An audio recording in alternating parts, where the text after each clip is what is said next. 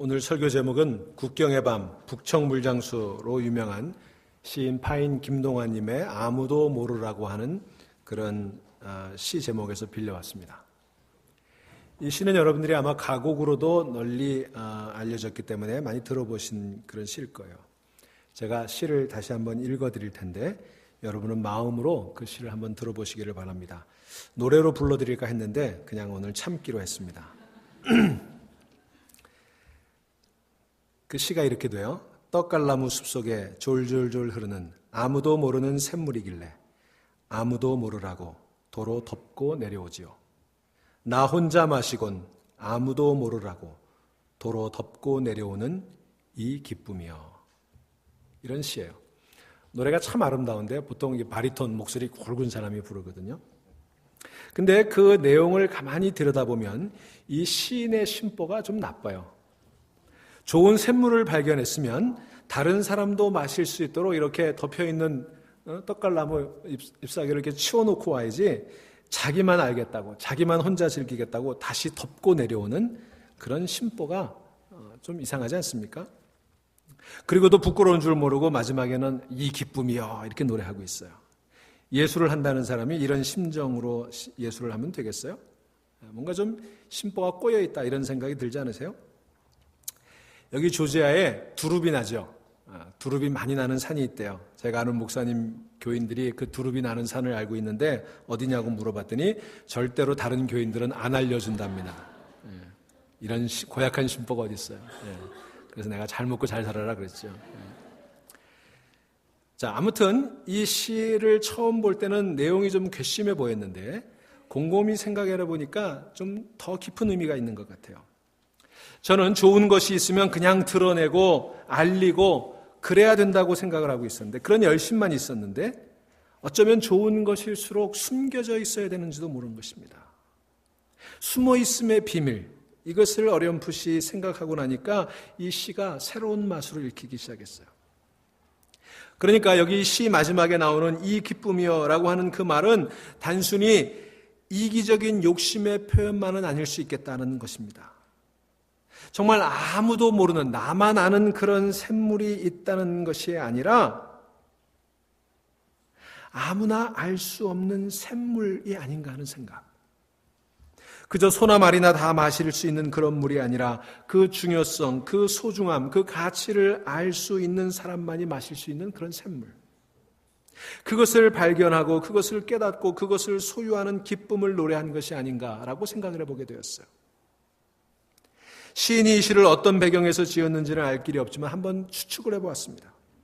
아마도 시인은 사람들의 발길이 많이 닿지 않는 어떤 산길을 걸어가고 있었겠죠. 그러다가 참으로 우연히 그 시인은 떡갈나무 잎에 가려져 있는 조그만 샘물 하나를 발견했습니다. 그렇지 않아도 목이 말랐던 시인은 조심스럽게 그 떡갈나무 잎을 걷어내고는 손으로 물을 떠서 한 모금 마셔봅니다. 정말 시원하고 신선하고 감미로운 생명수와 맛 같은 그런 샘물을 발견한 것입니다. 그 시인은 물의 맛에 감동해서 몇 번이나 그 물을 떠 마셔봅니다. 흡족할 만큼 물을 마신 후에 시인은 잠시 생각에 잠깁니다. 이 샘물을 어떻게 하면 좋을까? 길을 걷는 사람들이 더 잘 볼 수 있도록 이 떡갈나무 잎들을 다 치워버릴까? 그런데 그렇게 하면 나 같은 산행자들이 이 감미로운 물맛에 힘을 얻어 더 즐거운 산행을 계속할 수 있겠지? 아니야. 그렇게 되면 지나가는 사람들마다 들러서 물을 마실 것이고 어떤 사람들은 큰 물통을 떠와서 퍼갈지도 모르지. 어쩌면 샘 주위에 시멘트로 울타리를 치고 약수장수를 하는 사람들이 생겨날지도 몰라. 그러다 보면 이 샘은 멀지 않아서 다 말라버리게 되고 그 신선함이 고갈되게 되겠지. 그래, 이런 샘물 하나쯤은 숨겨져 있어도 괜찮아. 이 샘의 가치를 알고 그 소중함을 알고 그것을 귀하게 여길 줄 아는 사람들만을 위해 이것을 보호해야 될 필요도 있을 거야. 그래야 이 산속에 사는 짐승들도 이 샘에 와서 목을 축일 수 있지 않겠어? 그래서 시인은 조심스럽게 다시 떡갈나무 잎으로 샘을 도로 덮어놓고 내려옵니다. 그렇게 내려오는 시인의 마음은 신비로운 기쁨으로 가득해집니다. 그것은 나만이 아는 비밀의 샘물이 있다는 배타적인 소유의 기쁨에서 오는 그런 기쁨이 아니라 생명수가 있는 신비의 샘물을 발견했다는 기쁨이고 그 비밀을 간직해서 그 샘의 생명력을 보존할 수 있다는 그런 기쁨일 것입니다. 정말 김동완 시인이 이런 마음으로 시를 썼는지는 알 수 없어요. 저의 해석이니까. 제가 그냥 마음대로 해석하고 있는지 모르겠어요. 시인이 이 얘기를 들으면 천만의 말씀이야, 나는 그런 뜻으로 쓰지 않았어 라고 할지 모르지만 원래 시란 그런 거 아니에요? 읽는 사람이 그렇게 해석할 수 있는 거 아니겠어요? 그렇게 볼 때 저의 눈에는 이 시의 주인공은 무엇이 참되고 무엇이 진실한 것인가를 아는 사람이었던 것 같습니다. 그의 생각이 조금만 짧았더라면 이 샘물은 이내 훼손되어 마른 웅덩이가 되거나 썩은 웅덩이가 되어버렸을지도 모르는 것이죠. 자, 그 얘기를 오늘 본문 요한복음 7장의 이야기와 연결해서 한번 생각해 보려고 하는 것입니다. 오늘 요한복음 7장의 본문은 그 무대가 갈릴리예요. 예수님의 고향 동네입니다. 예수님은 자신에 대한 유대인들의 증오심이 점점 더 심해져서 극에 달한 것을 아시고 아예 이제 예루살렘 근처 유다 지방에는 다니시지를 않았습니다. 그 시기는 유대인들의 3대 축제 가운데 하나인 초막절이 가까이 왔을 때예요. 유대인들은 3대 절기를 지키고 그 3대 절기 가운데 하나인 초막절이 되면 우리 달력으로는 9월, 10월경이 되는데 그때가 되면 예루살렘 주변에 한 반경 20마일 정도 되는 데 사는 사람들은 다 의무적으로 예루살렘에 와서 그 순례절을 지키도록 되어 있었습니다. 또 그곳에 살고 있지 않더라도 좀 먼 데 사는 유대인들이라도 경건한 사람들이라면 자발적으로 예루살렘에 와서 8일 동안 그 나뭇가지로 만든 초막을 짓고 지내면서 그 40년 동안 광야 생활을 했던 조상들을 기억하는 거예요. 그때 베풀어 주셨던 하나님의 구원의 은혜를 상기하며 지내는 아주 중요한 절기가 초막절이었어요. 그래서 이 초막절이 다가오니까 이 예수님 고향 동네 갈릴리에 살던 사람들도 초막절을 예루살렘에서 보내기 위해서 여행 준비를 하고 있었습니다. 바로 그 여행 준비를 하느라고 서로 분주한 그때 예수님의 형제들이 예수님에게 말씀을 드리는 거예요. 여러분, 예수님이 형제가 있었던 거 아세요? 사실은 교회가 오랫동안, 특별히 캐톨릭 교회가 예수님이 동정녀에게서 나셨다, 그 완전한 동정녀를 강조하느라고 예수님 동생들이 있었던 사실을 의도적으로 좀 이렇게 가르치지 않았었어요. 근데 분명히 마가복음 6장에 봐도 그렇고 성경에 보면 예수님의 동생들이 있었거든요. 그 예수님의 동생들이 이제 예수님을 찾아와서 하는 얘기가 오늘 본문 3절, 4절에 기록이 되어 있는 거예요. 여러분들이 좀 이해하기 쉽도록 제가 세번역 성경으로 읽어드리면 그 내용이 이렇습니다. 동생들 하는 얘기가, 자, 형님은 여기에서 떠나 유대로 가십시오. 거기에 있는 형님의 제자들도 형님이 하시는 일을 보게 하십시오. 알려지기를 바라면서 숨어서 지내는 사람은 없습니다. 형님이 이런 일을 하실 바에야 자기를 세상에 드러내시는 게 좋겠습니다. 그런 얘기예요. 자, 예수님의 동생들은요, 유대의 수도인 예루살렘에 갈 때마다 얼마나 많은 종교 지도자들이 거기서 제각기 능력을 뽐내면서 사람들의 인기를 얻기 위해 경쟁하고 있는지를 잘 봐서 알고 있었어요. 그들은 예루살렘으로 순례를 갈 때마다 그 사람들을 보면서 부러워했습니다. 우리 갈릴리에도 저런 사람이 있었으면 얼마나 좋을까. 저런 기적을 행할 수 있는 사람, 저런 능력자가 나오면 얼마나 좋을까. 부러워했던 거예요.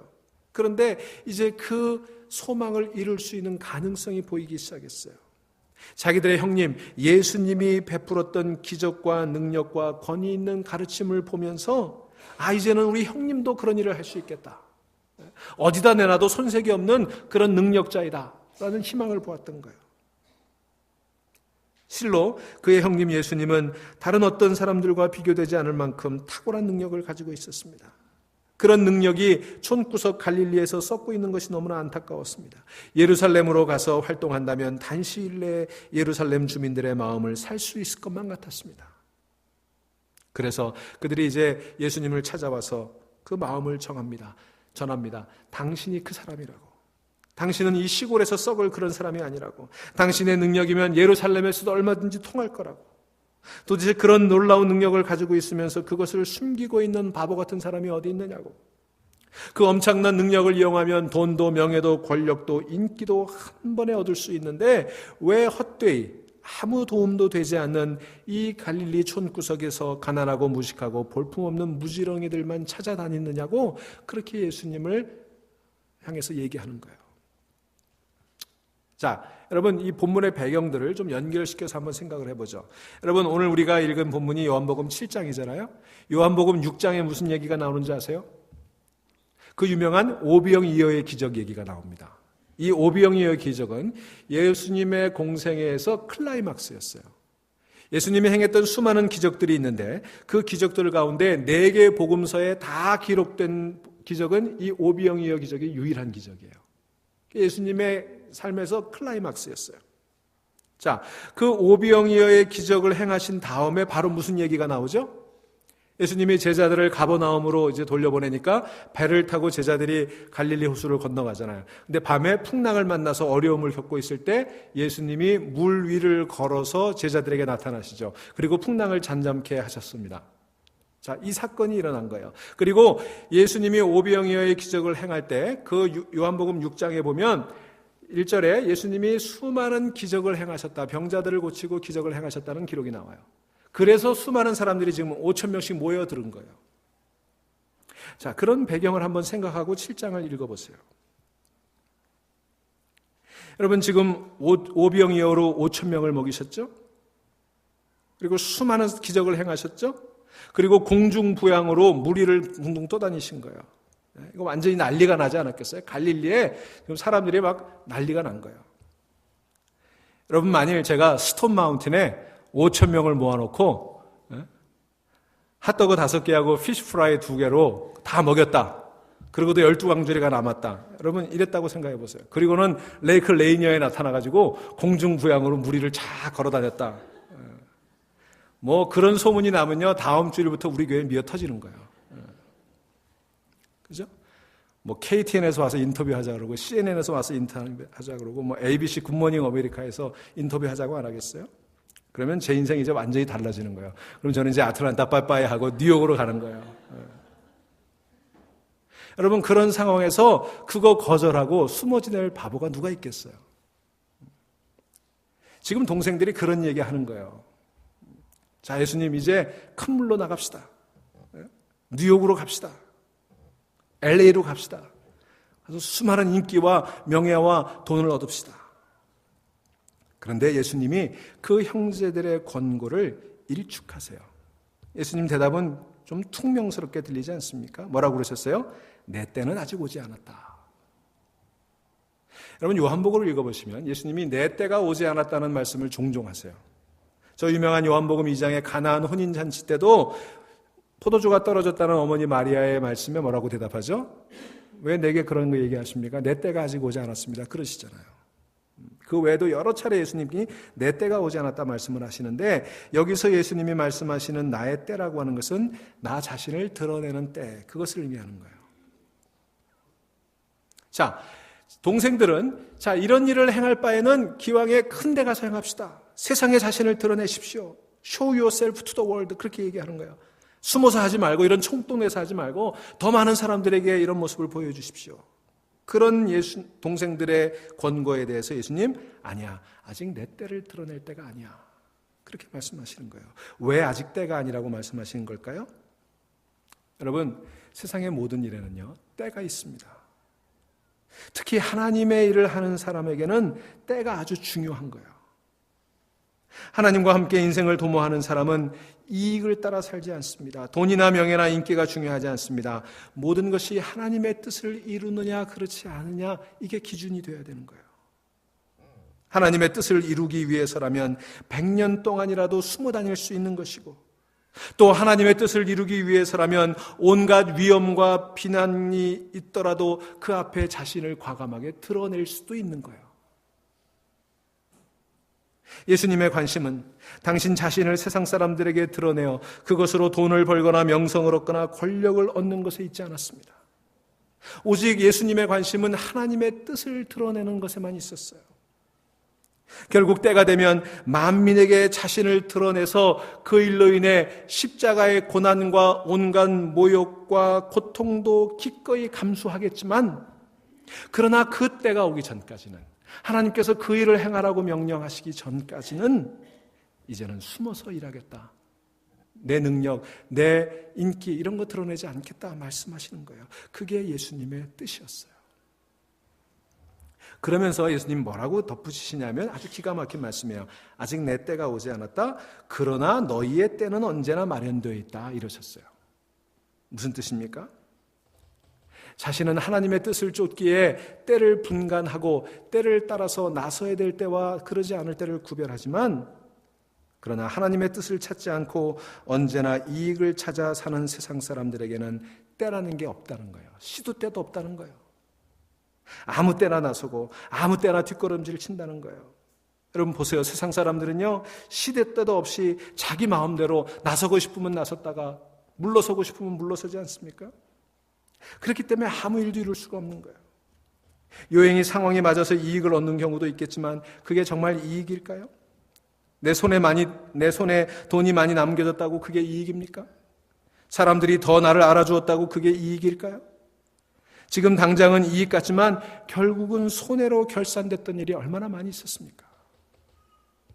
여러분, 그런데도 사람들은 하나님 안에서 때를 찾지 않고 아무 때나 자기 때로 알고 경솔하게 행동하기가 십성입니다. 그렇게 함으로써 그 인생이 빈수레가 돼버리고 마는 거예요. 나서야 될 때인데 물러서고 잠잠해야 될 때인데 설치는 경우가 얼마나 많이 있습니까? 내 뜻대로 아무 때나 막 불꽃처럼 나섰다가 또 수가 틀리고 기분 나빠지면 다 팽개치고 뒤로 물러서는 그런 경우를 우리가 얼마나 많이 경험했습니까? 여러분, 우리는 정말 하나님의 뜻을 추구하며 살아가고 있습니까? 아니면 손익 계산에 따라서 행동하고 있습니까? 아마도 2000년 전이나 지금이나 그리고 2000년이 지난다고 하더라도 우리의 그런 본성은 변하지 않을 거예요. 이익을 위해 우리는 최대한 우리 자신을 드러내려고 하는 그 마음을 가지고 있습니다. 이제 세상에는 겸양의 미덕이라는 것이 쓰레기통에 버려진 지 오래입니다. 자신을 감추고 자신을 드러내지 않는 그런 사람은 출세하기가 어려워요. 그래서 조금이라도 돈 될 만한 것이 있으면 드러내 보이려고 하고, 조금이라도 이익이 될 만한 것이 있으면 어떻게든지 과장하려고 하고, 그러는 게 우리들 아니에요? 우리는 모든 것의 가치를 다 돈에 두며 살아가고 있습니다. 돈으로 만들 수 없는 것은 아무 소용이 없다고 생각해요. 돈의 값이 커지면 커지는 만큼 그것이 소중하다고 여깁니다. 그래서 할 수 있는 대로 많은 값을 받으려고 해요. 사람들이 자신을 더 알아주면 그것이 진실과 일치하는 것인지 아닌지 전혀 상관이 없이 무조건 그것을 쫓아갑니다. 자신의 노동에 대한 돈값이 올라가면 무조건 그것을 좋아합니다. 그것으로 자신의 인생의 가치가 높아진 것처럼 우쭐댑니다. 그러다가 만일 자기의 돈값이 떨어지면 자기 인생을 비하합니다. 나는 가치 없는 존재야. 나는 쓸데없는 존재야. 사람들이 자신을 알아주지 않는 것 같으면 초조해지고 불안해지기 시작합니다. 자신의 노동에 대한 값이 떨어지면 자신의 생명의 가치도 떨어진 것처럼 생각하고 실망해버리지 않습니까? 그래서 우리는 할 수 있으면 좋은 사정에 자신을, 좋은 시장에 자신을 상품으로 내놓으려고 길을 쓰는 거예요. 거기다가 학위도 갖다 붙이고 거기다가 경력도 갖다 붙이고 이것저것 좋은 것으로 포장해서 자기를 비싼 값에 팔아먹으려는 노력에 우리는 혈안이 되어 있는 것입니다. 여러분, 미국에서 가장 많은 연봉을 받는 운동선수 가운데 하나가 뉴욕 양키즈의 알렉스 로드리게스라고 하는 선수예요. 그가 금년에 받는 연봉이 2,800만 불이에요. 그가 2010년도에 3,200만 불을 받았습니다. 뭐 계약금이라든지 또는 광고 수익 같은 거 빼고 팀에서 받는 연봉만 그래요. 그 3,200만 불을 365일로 나눠보니까 하루에 87,671불이에요. 그런데 미국 통계청 센서스 뷰로의 보고를 보니까 2007년부터 2011년까지 미국의 가정당 평균 소득, 그 평균 소득이 52,000불 정도 됐대요. 그러니까 스타급 운동선수 한 사람의 수입이 미국의 평균 가정 1년 수입의 1.6배나 되는 거예요. 여러분, 그게 이해가 되세요? 그런데 문제는 그가 그렇게 많은 연봉을 받는다고 해서, 그리고 우리가 그렇게 적은 연봉을 받는다고 해서 우리 인생의 가치도 그렇게 차이가 나는 걸까요? 그렇지 않죠. 우리 주님께서는 온 우주보다 귀하게 우리를 창조하셨고 우리의 영혼은 하루에 8만 불을 버는 사람이나 하루에 80불을 버는 사람이나 그 가치가 결코 다를 바가 없어요. 아니, 어쩌면 하루에 80불을 버는 사람이 8만 불을 버는 사람보다 더 고귀한 인생을 살아갈 수도 있는 것입니다. 여러분, 인생의 값이라고 하는 건 자유시장 경제가 매겨주는 돈값에 의해 결정되는 게 아니에요. 우리 기독교 신앙은 이런 사고방식을 완전히 거부하는 것 아닙니까? 그런데 참으로 불행한 것은 이와 같은 타락한 자본주의 사고의 정체를 드러내고 그것을 거부해야 되는 교회들이 오히려 그 사고에 젖어서 적극적으로 그것을 옹호하고 그것을 부추기는 경우들도 종종 있다고 하는 것입니다. 기독교 복음은 사람들의 눈을 뜨게 하여 눈먼 경쟁의 질주로부터 벗어나게 하고 더 알려지고 더 팔려다니고 더 많은 값을 받으려는 욕망의 정체를 보게 하고 그것으로부터 벗어나게 해야 되는 것인데, 그런데 어느새 기독교의 복음이 우리 사회에서의 무한 경쟁에서 승리할 수 있는 기독교만의 비법을 가르치는 그런 축복의 종교로 전락해버리고 말았습니다. 교회 오면 그 비법을 알려주겠다는 거예요. 예수 믿으면 그 비법을 알게 된다는 거예요. 내 값을 더 많이 받을 수 있는 그 비법을 가르쳐주겠다고 얘기하는 그런 교회들이 얼마나 많아졌는지 몰라요. 다른 사람에게 자신을 알리고자 하는 욕망에 얼마나 큰 위험이 숨겨져 있는지 가르치지 않습니다. 자신을 상품화시키고 더 많은 값을 받으려는 노력에 어떤 문제가 있는지 알려지지 않습니다. 기독교인이라고 하면서도 자신의 인생의 값을 자신의 연봉의 크고 작음으로 판단하려고 합니다. 심지어 교회의 사역을 판단하는데도 같은 기준을 적용하기도 합니다. 얼마나 많이 모이고 얼마나 헌금이 많고 얼마나 유명하느냐에 따라서 목사의 값도 달라지고 교인들 값도 달라지고 교회의 값도 달라져 버렸습니다. 참으로 심각한 오류이고 부끄러운 일이 아니라고 할 수가 없습니다. 예전에 청량리 중앙교회를 담임했던 임택진 목사님이라는 분이 계세요. 참 훌륭하고 존경받는 분이셨어요. 그분이 청량리 중앙교회에서 오랫동안 사역을 하시다가 이제 좀 새로운 사역을 위해서 임지를 옮기시려고 다른 교회에 청빙을 받았습니다. 그래서 당회에 그 말씀을 드렸더니 그 당회에서 이렇게 얘기했다는 거예요. 목사님, 새로 가시겠다고 하는 교회에서 사례비를 얼마나 줄지 모르지만 우리가 그거보다 더 드릴 테니 가지 마십시오. 그런 일이 있으면 참 좋을 것 같아요. 근데 임택준 목사님 이렇게 말씀하셨답니다. 장터의 소는 값을 흥정할 수 있을지 모르지만 목사는 값으로 흥정할 수 있는 것이 아닙니다. 그렇게 말씀하시고는 전에 받던 사례비 그대로 받으시고 그냥 청량리 중앙교회에 그대로 남으셨다는 거예요.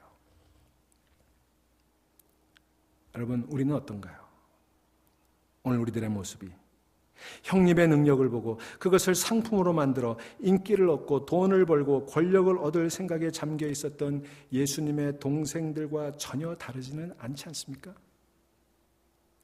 자, 오늘 본문으로 다시 돌아가서 7장 5절에 보시면요, 참 재미있는 표현이 있어요. 동생들이 형님에게, 예수님에게 자, 그렇게 한번 해봅시다. 큰 데로 가서 사람들에게 한번 화끈하게 한번 보여줍시다. 그렇게 얘기하는 동생들에게 내 때가 이르지 않았다고 얘기를 했는데 7장 5절에서 이렇게 표현하고 있어요. 이는 그 형제들까지도 예수를 믿지 아니함이로라 그랬어요. 자, 요한복음은 그 동생들을 향해서 예수님을 안 믿었다고 얘기하는 거예요. 예수님의 동생들이 예수님에게 예루살렘으로 올라가서 그분의 모든 것을 상품화시키자고 제안한 것은 그분을 믿지 않았기 때문이라는 뜻입니다. 아마 예수님의 동생들이 이 얘기를 들었으면 아주 벌컥 화를 냈을 거예요. 무슨 소리냐고. 내가 형님의 능력을 믿으니까 그렇게 하자고 그랬지. 우리 형님이 하는 일이 하찮다고 생각하고 우리 형님의 말씀과 그 능력을 우리가 믿지 않았다면 그런 제안을 했겠어? 우리가 그거 믿으니까, 그게 크고 그게 사람들에게 엄청난 영향력을 줄 거라고 믿으니까 그런 얘기 한 거지. 동생들 이렇게 항변하지 않겠습니까? 그런데 요한복음을 쓴 요한복음의 저자는 그들의 믿음은 믿음이 아니라고 본 거예요. 진정으로 믿는다는 것은 그분의 외적인 능력을 보고 불끈 달아올라 흥분하는 것이 아닙니다. 인격적으로 그분과 하나가 되어 그분이 지향하는 것이 무엇이고 그분이 추구하는 것이 무엇인지를 알아들이고 그것에 동의하고 그것을 따르는 것이 진정한 믿음이라는 거예요. 여러분, 세상에 믿음 좋다는 사람들은요, 그걸 보지 못하고 있어요. 그러니 우리가 보기에 세상에 믿음 좋다는 사람, 요한복음이 볼 때는 믿음이 없는 사람들인 거예요. 여러분, 제가 오늘 아침 여러분들에게 묻습니다. 여러분은 정말 예수님을 믿고 있습니까? 예수님을 주님으로 영접하고 믿고 있습니까? 만약 그렇다면 참 잘하셨습니다. 하지만 제가 그러면 다시 묻습니다. 그렇게 말하는 여러분들에게는 주님이 여러분들의 삶 속에 살아 움직이고 계십니까? 믿음이 살아있다는 말은 주님이 내 안에서 살아서 역사하신다는 그런 뜻입니다. 주님이 내 삶 속에서 활동하신다면 우리는 그분처럼 살아가도록 변화되어야 되는 게 마땅하죠. 보는 것도 달라지고 생각하는 것도 달라지고 판단도 달라지고 결정도 달라져야 되는 것입니다. 세속적인 기준을 사용하지 않고 예수님의 눈으로 세상을 보고 예수님의 눈으로 세상을 판단하고 예수님의 눈으로 모든 결정을 내려야 되는 거예요. 그럼 우리 삶이 달라지지 않겠어요? 여러분, 그런데 아직도 달라지지 않았다면 우리는 아직 예수님을 안 믿는 거예요. 만약에 우리 삶이 예수님으로 인해 그렇게 달라진다면 우리는 예수님처럼 하나님의 뜻이라면 기꺼이 숨어서 일할 수 있을 것입니다. 숨겨져 있는 것을 귀하게 여기고 그것을 복으로 여길 수 있을 것입니다. 그렇게 되면 우리는 예수님처럼 돈 되는 일이 아니어도 얼마든지 정열을 다해 그 일을 할 이유와 동기를 발견할 수 있을 것입니다. 그렇게 되면 우리는 예수님처럼 돈값으로 다른 사람을 평가하거나 우리 자신의 가치를 평가하는 어리석음을 벗어날 수 있을 것입니다. 그렇게 되면 우리는 대가가 어떻든지 사람들이 알아주든지 알아주지 않든지 우리의 능력을 다해 다른 사람을 섬길 수 있게 될 것입니다. 그렇게 살다 보면 우리는 무한 경쟁으로 인해 필연적으로 발생할 수밖에 없는 그런 삶의 갈증으로부터 비로소 해갈되게 될 것이고 경쟁을 위해서가 아니라 이익을 위해서가 아니라 더 많이 가지기 위해서가 아니라 하나님께서 나를 부르신 부르심을 위해 기꺼이 하루하루 살아가는 그런 기적을 경험하게 될 거예요. 여러분, 그게 진짜 기적이에요. 오병이어로 5,000명을 먹인 게 기적이 아니라 하나님의 뜻이라면 이름 없이 빛도 없이 섬길 수 있는 그 마음, 그 속에서 기쁨을 찾는 마음, 그게 하나님의 뜻임을 알아가는 그 기쁨을 발견하는 거, 그게 우리가 경험해야 될 진짜 기적이라고요. 여러분들은 그런 기적을 경험해 보셨어요?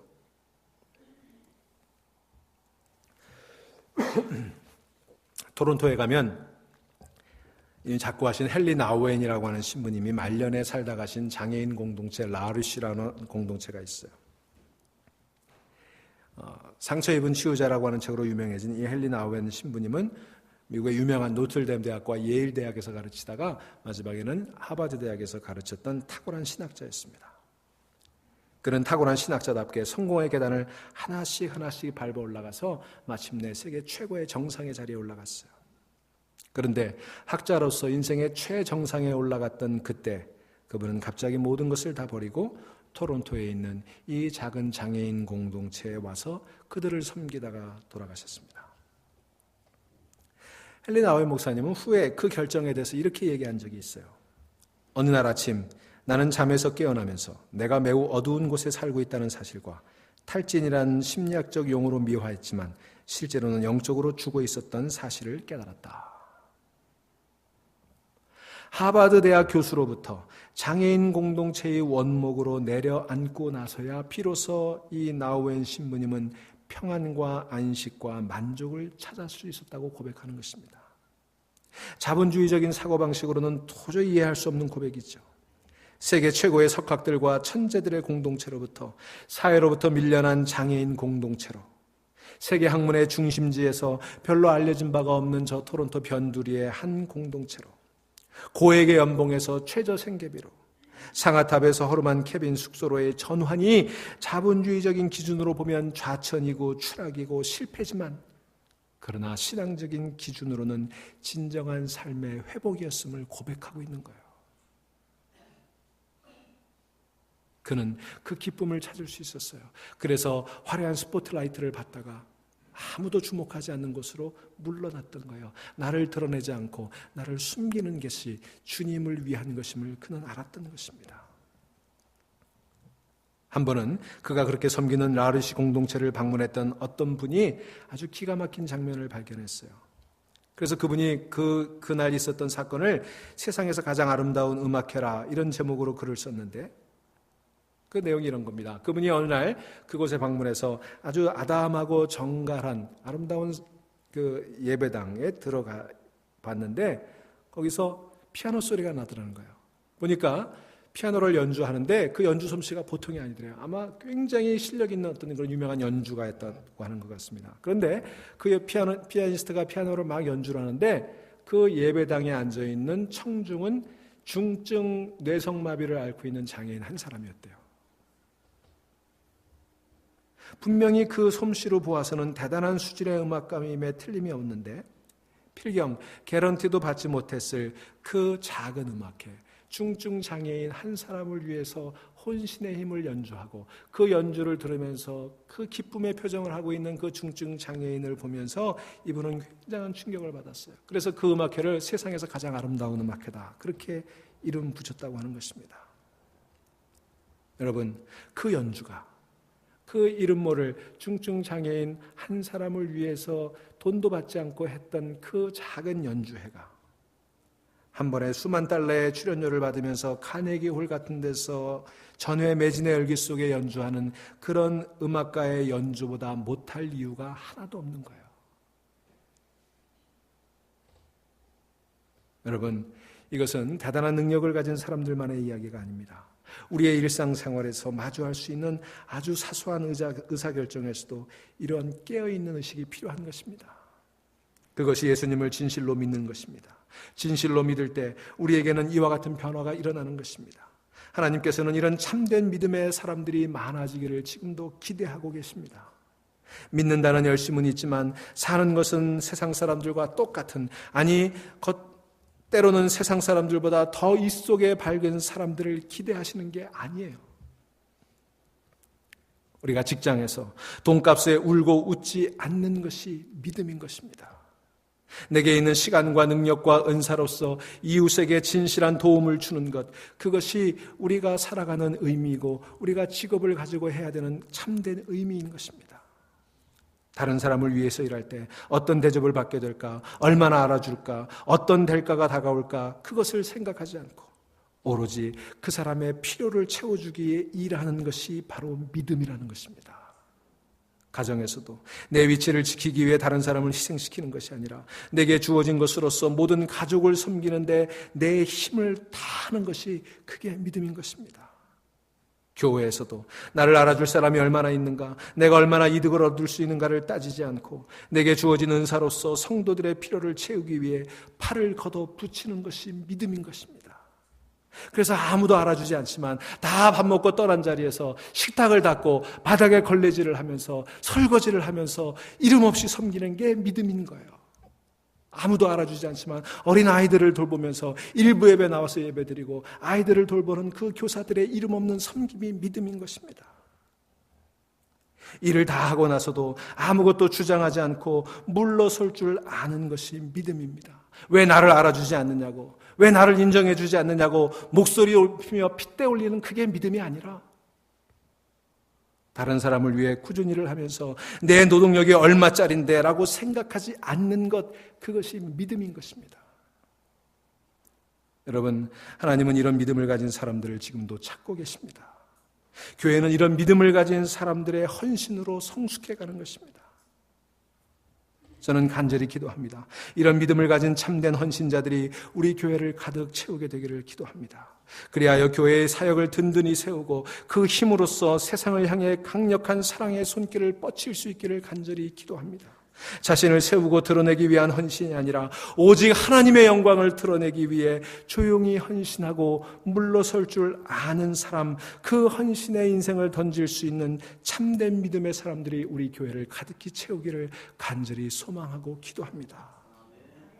그래서 우리 모두가 주님의 은혜로서 떡갈나무 숲속에 묻혀있는 그 샘물을 발견하고 목을 축인 다음 아무도 모르라고 다시 고이 덮고 내려오는 그 시인의 기쁨을 우리 삶 속에서 발견할 수 있으면 얼마나 좋을까요? 우리 모두가 주님의 은혜의 떡갈나무 잎으로 아무도 모르라고 가려져 있어서 언젠가는 생명을 잃지 않는 샘물처럼 살아갈 수 있는 그런 사람들이었으면 좋겠습니다. 그렇게 살아서 나만을 위하는 것이 아니라 끊임없이 생명수를 밖으로 흘려보내며 온갖 수목들과 온갖 짐승들을 살게 하는 그 생명의 샘물처럼 저와 여러분도 그렇게 살 수 있으면 참 좋겠습니다. 주님께서 그런 저와 여러분들의 소원을 허락해 주실 줄로 믿습니다. 조용히 묵상하며 기도하십시다.